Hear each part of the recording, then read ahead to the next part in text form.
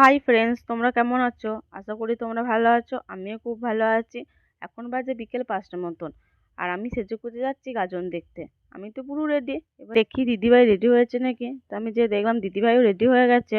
তো আমাকে দিদিভাই বলছিল গলার হারটা একটু ঠিক করে দিতে। দিদিভাইয়ের গলার হারটা আমি একটু ঠিক করে দিলাম।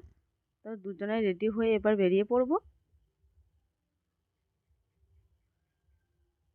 আমরা দুজনেই বেরিয়ে পড়েছি। আমার হাজবেন্ড এখন যায়নি, কারণ আমার ভাই আসছে। আমার ভাই আর ওরা দুজন একসঙ্গেই যাবে।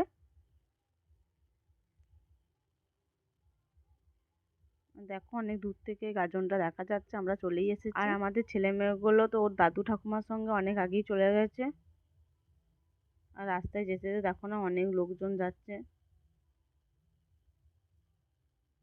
ফাইনালি আমরা পৌঁছে গেছি। প্রচণ্ড ভিড়। আর আমাদের ছেলে মেয়েগুলোকেও আমরা এখনো দেখতে পাইনি। তো দেখি ভেতরে ঢোকার চেষ্টা করছি। অনেক কষ্টে ভেতরে যাচ্ছি।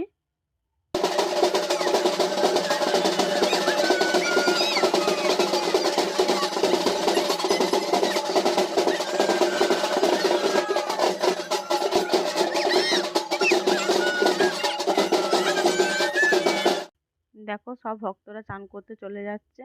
আর আমাদের এই গাজনটা রোডের ওপর, হয়তো তার জন্য বাসটাও দাঁড়িয়ে গেছে। দেখো, এটা চক্রচণ্ডী তলা। আর এখানেই গাজনটা হয়।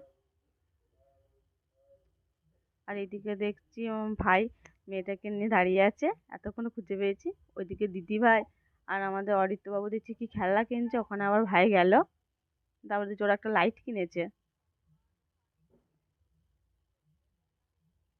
এদিকে আইসক্রিম খাচ্ছে। আমরা এবার ফুচকা খেয়ে নেবো।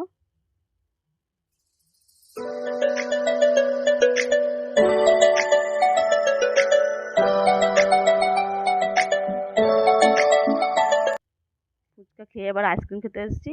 আর আমাদের ছেলে মেয়েটাকে বাড়ি পাঠিয়ে দিয়েছি, কারণ ওরা এত আইসক্রিম খেতে পারে, আমাদেরকে একটাও আইসক্রিম খেতে দেয় না। তাই ওদেরকে বাড়ি পাঠিয়ে আমরা আইসক্রিম খাচ্ছি। আর আমাদের ঘোরাঘুরি করতে করতে সন্ধ্যে সন্ধ্যে হয়ে গেছে। আর স্থানটা দেখো কি সুন্দর সাজিয়েছে।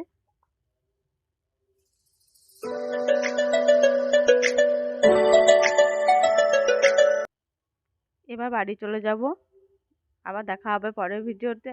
টাটা।